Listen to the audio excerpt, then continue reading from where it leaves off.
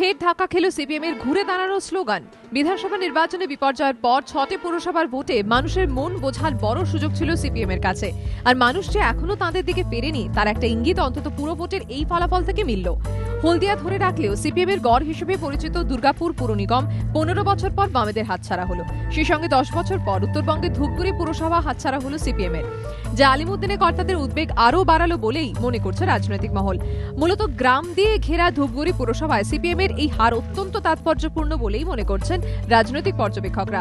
কারণ 2011 বিধানসভা নির্বাচনে দীর্ঘদিনের অনুগত যে গ্রামীণ ভোট ব্যাংক সিপিএম এর সঙ্গ ছেড়েছিল তা যে ফেরার কোনো লক্ষণ আপাতত দেখা যাচ্ছে না, তারই ইঙ্গিত মিলল ধূপগুড়িতে। উল্টে গ্রামীণ ভোট ব্যাংকের দূরে সরে যাওয়া অব্যাহত থাকায় পঞ্চায়েত নির্বাচনের আগে আলিমুদ্দিনের উদ্বেগ আরও বাড়ল। 16 আসন বিশিষ্ট ধূপগুড়ি পুরসভায় 2007-এ তৃণমূল পেয়েছিল 3টি, বামেরা 11টি, কংগ্রেস এবং অন্যান্য একটি করে।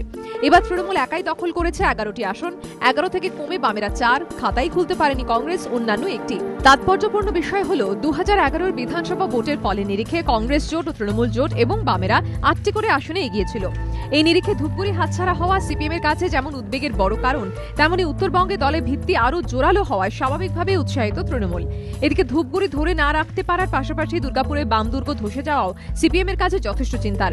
কারণ দুর্গাপুর সিটুর শক্ত ঘাঁটি বলে পরিচিত, আর সেখানেই এই পরাজয়। এবং বিশেষ করে দুর্গাপুর শিল্পাঞ্চলের 8টি আসনের 8টিতেই হার সিটুর ব্যর্থতায় প্রকট করে বলে মনে করছেন রাজনৈতিক পর্যবেক্ষকরা। সম্প্রতি সিপিএম এর পার্টি কংগ্রেসের সাংগঠনিক রিপোর্টেও সিটুর ভূমিকার কড়া সমালোচনা করা হয়েছিল। এবার দুর্গাপুরের ফলাফলও সিটুর সেই সাংগঠনিক ব্যর্থতার দিকটাই তুলে ধরল বলে মনে করছে রাজনৈতিক মহল। প্রশ্ন তুলে দিল সিটুর রাজ্য সভাপতি শ্যামল চক্রবর্তীর ভূমিকা নিয়ে। সংগঠনের ভিত্তি জোরালো করার বদলে রাজ্যের বিভিন্ন জায়গায় এইভাবে রাশ আলগা হওয়ার দায়িত্ব কিভাবে তিনি এড়াতে পারেন? রাজনৈতিক মহলে উঠে গেল সেই প্রশ্ন।